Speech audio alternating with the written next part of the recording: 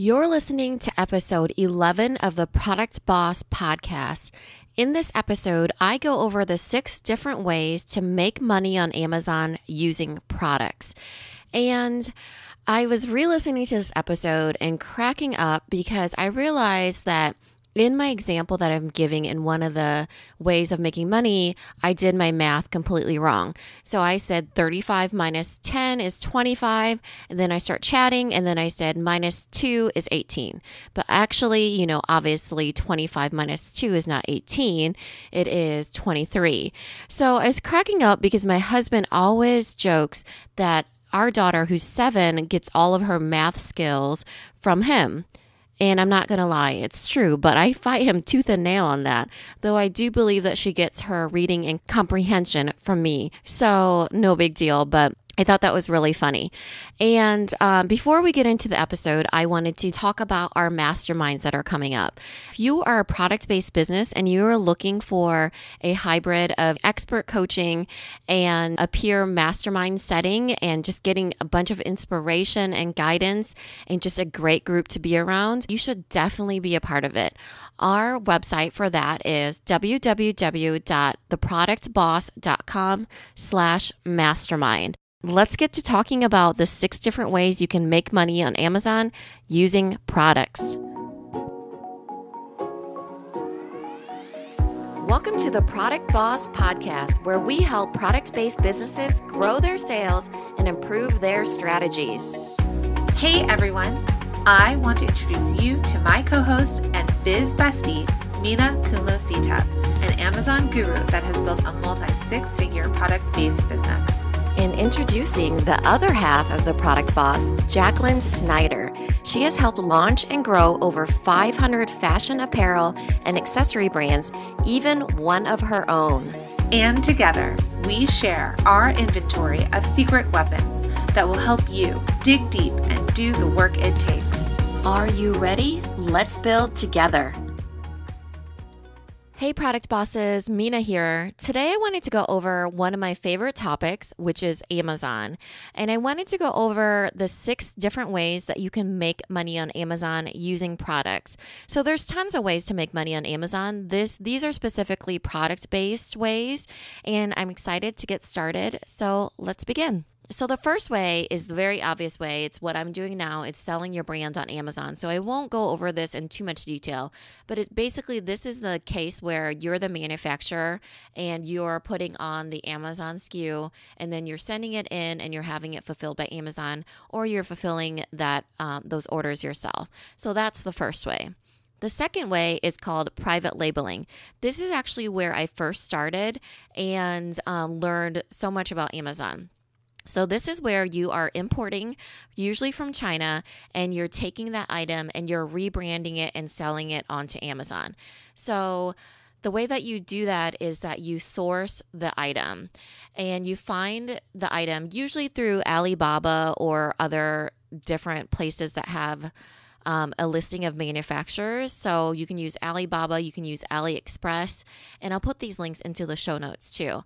And then you source what you want to be selling on Amazon, and you should be looking at bestseller ranking to make sure that there is a market for it, for one. So the bestseller ranking is the ranking that Amazon gives all of its products. So it can go anywhere from 1 to, hundreds of thousands. And if you have the 1, you are the most popular product in that category. So the closer to 1, the better. And you also want to look for products that don't have too many reviews, because that means that that particular product is really saturated and it'll be hard to break through with that particular product in the Amazon marketplace.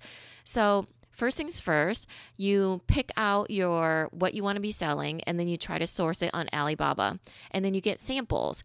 You get samples by contacting those manufacturers through Alibaba and paying for them to send those samples your way.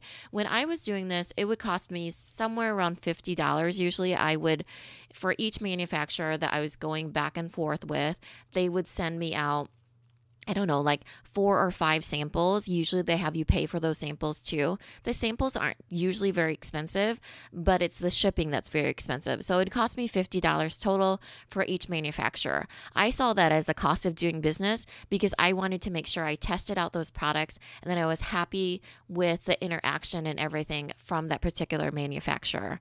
So I did this with 3 products when I first started.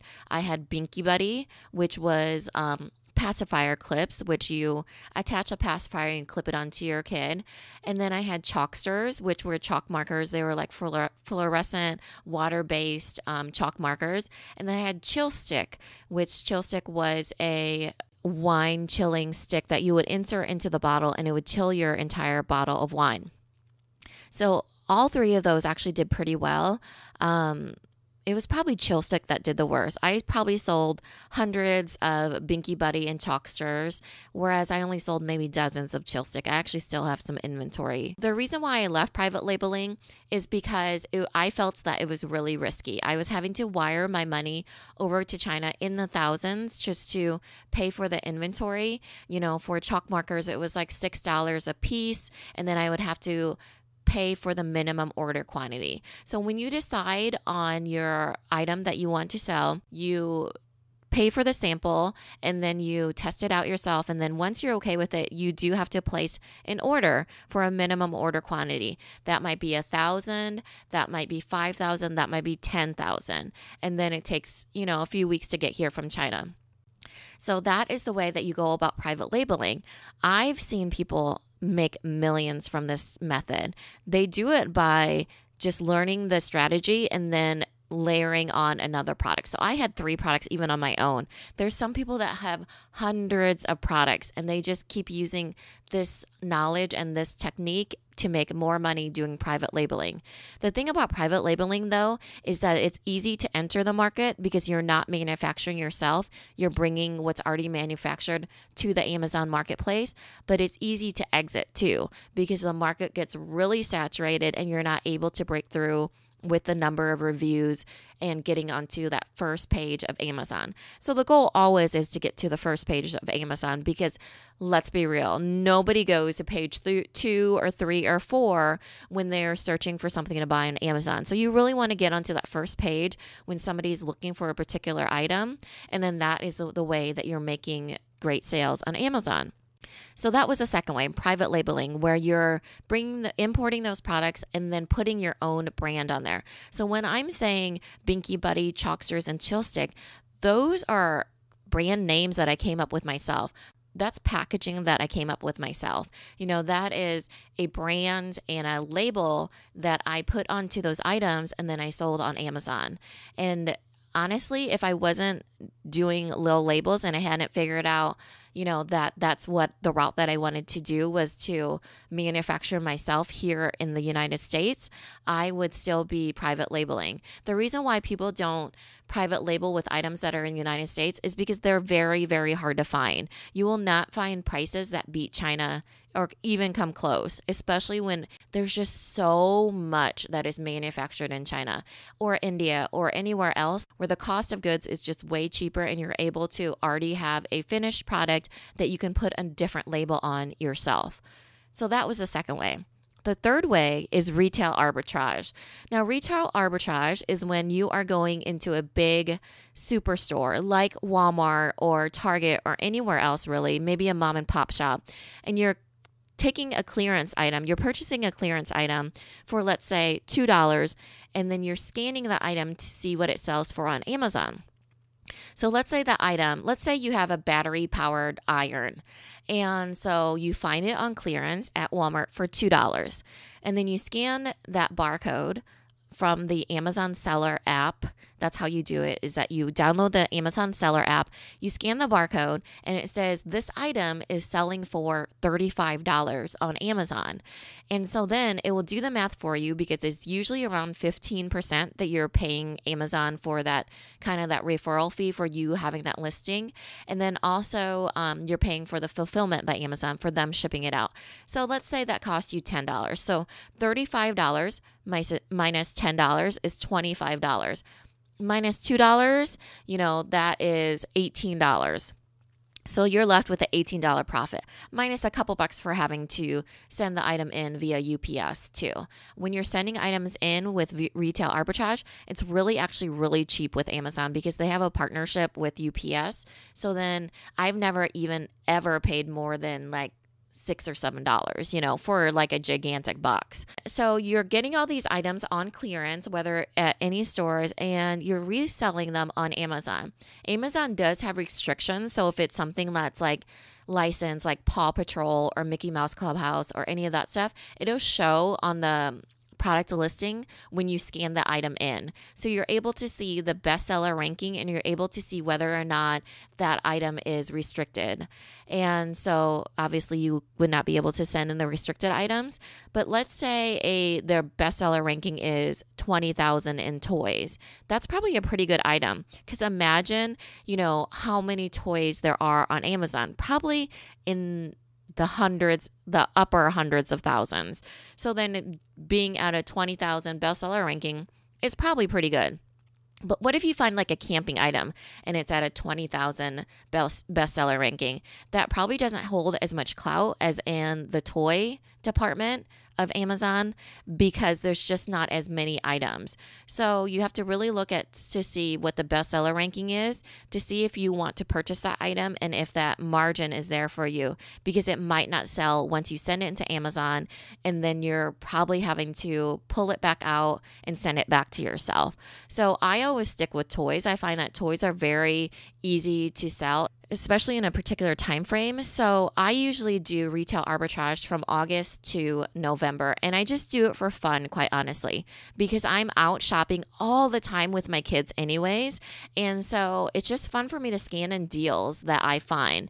And I happen to love to find deals. So then if I see something for like $5 at Walmart that looks really expensive, my curiosity is piqued and I need to scan that item. So it's really because I'm spending that time there anyways, because retail arbitrage can get to be really time consuming. If you're going to different stores, scouring for deals and trying to find those items, plus putting that initial money in, sometimes it does take a lot of your time because you're having to find just the deals that make it worth your while. And so I do this around Christmas season and after the back to school season because I find that there's the best deals during that time. And then also that's when people are purchasing for Christmas. And so then I try to find toys and then I send it in. And the last couple years I've done this, I've made like maybe $200-$300 each time. And that was just by sending in, I don't know, like maybe 4 or 5 boxes at the end of the season. I don't go really heavily into it because my time is not best spent doing retail arbitrage. But like I said, I do it for fun, and that $200 to $300, I always think of it as extra money that I'm making for Christmas. So this is money that I think that, I'm just going to do it for fun, and then I'm going to spend it on extra presents that I can get for my girls, and I can spoil them rotten with an extra $200 to $300 and not be fazed by it because I made that little bit of extra doing retail arbitrage. So the next way is by doing print-on-demand books through CreateSpace. Now, CreateSpace is, I'm not sure if it's owned by Amazon, but it's definitely Amazon's partner. They are a partner that's integrated into Amazon where if you buy a book on Amazon and it's printed on demand through CreateSpace, there is no inventory in the Amazon warehouses. So you're sending in a digital file of the book that you're writing, and then when somebody orders your book, that book is being fulfilled through CreateSpace, which is a print-on-demand provider for Amazon. So it's really cool because you just have that initial time of writing a book and self-publishing it. And then if you can get that sale on Amazon, then you're not having to spend on a 1,000 run to ship your books into Amazon. Amazon is simply printing them for you through CreateSpace. So CreateSpace is an easy way to print your books if you do have that yearning to write a book and you can get it out there to the masses. You'll be able to print on demand and not have that inventory in, but you'll have a product. You'll have your book that you're selling, and then you're able to be on the Amazon platform. So the next way is through affiliate programs. Now, I'm going to do a little mini series on affiliate programs because it is by far the easiest way to make money on Amazon.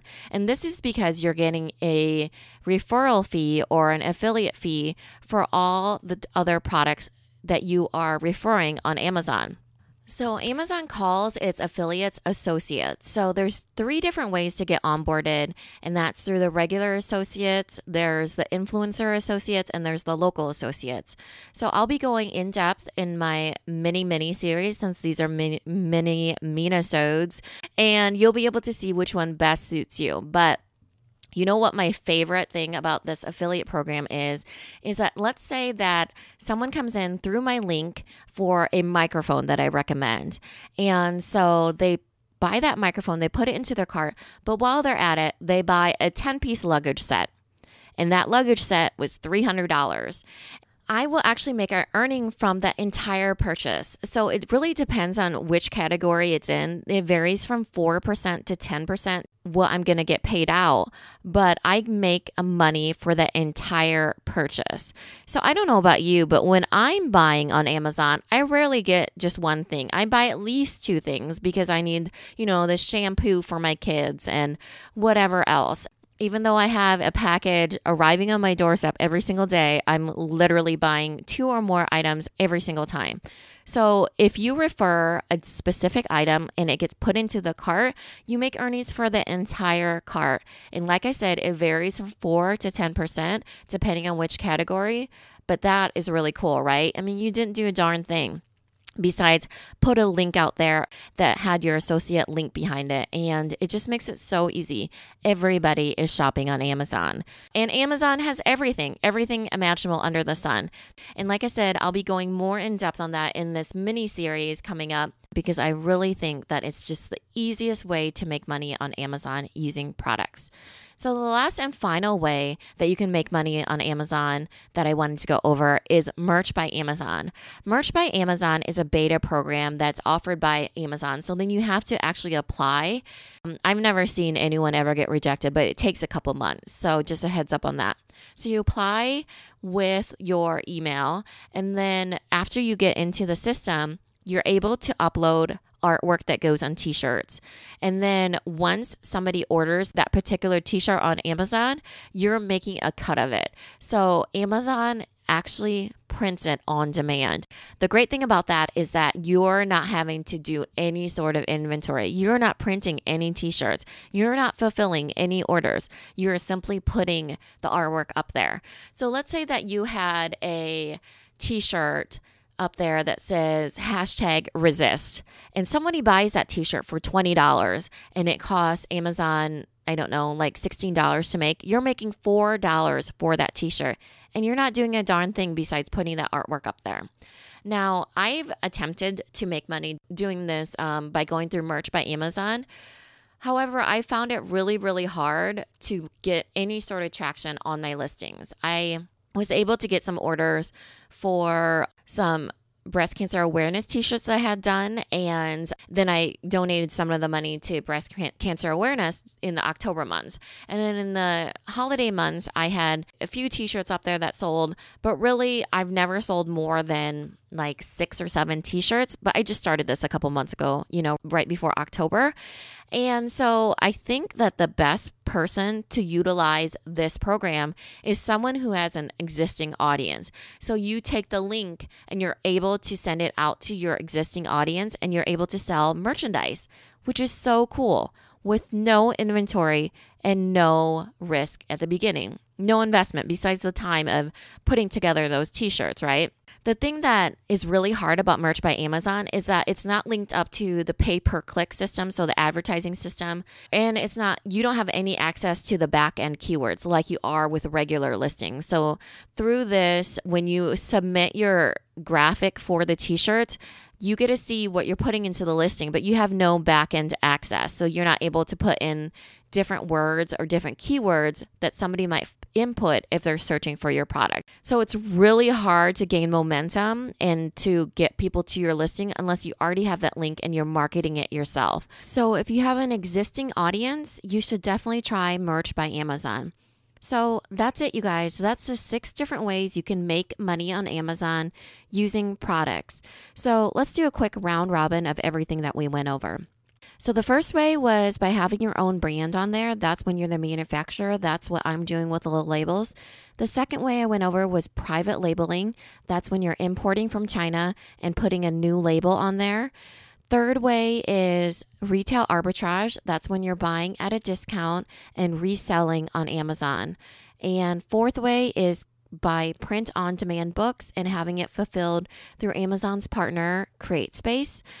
Fifth way was the affiliate program, which is known as associates, and that is when you get a cut by referring other people's products, and I'll be getting more in depth on that coming up. And then also the last and final way that I went over was Merch by Amazon, which was print on demand t-shirts where you're providing the artwork and getting a cut of the t-shirts sold on the Amazon platform. So that's it, you guys. I hope that was helpful, and I hope you enjoyed this episode. If you did, please make sure to write a review for us and let us know what you think of the show. Thanks, everyone, and have a great week. This episode was brought to you by our mastermind, Multi-Stream Machine. Multi-Stream Machine is our 12-week program that takes the high-level knowledge of two product-based experts, myself and Jacqueline, combined with all the inspiration, accountability, and magic of a peer mastermind. We coach the hot seats through their struggles, facilitate the advice of all their fellow product-based masterminders, and help to focus everyone on more sales. Believe me, it's not only business-changing, it's life-changing. And we want you to be a part of it. Go to www.theproductboss.com/mastermind to learn more or to apply now. All right, product bosses, let's make it happen.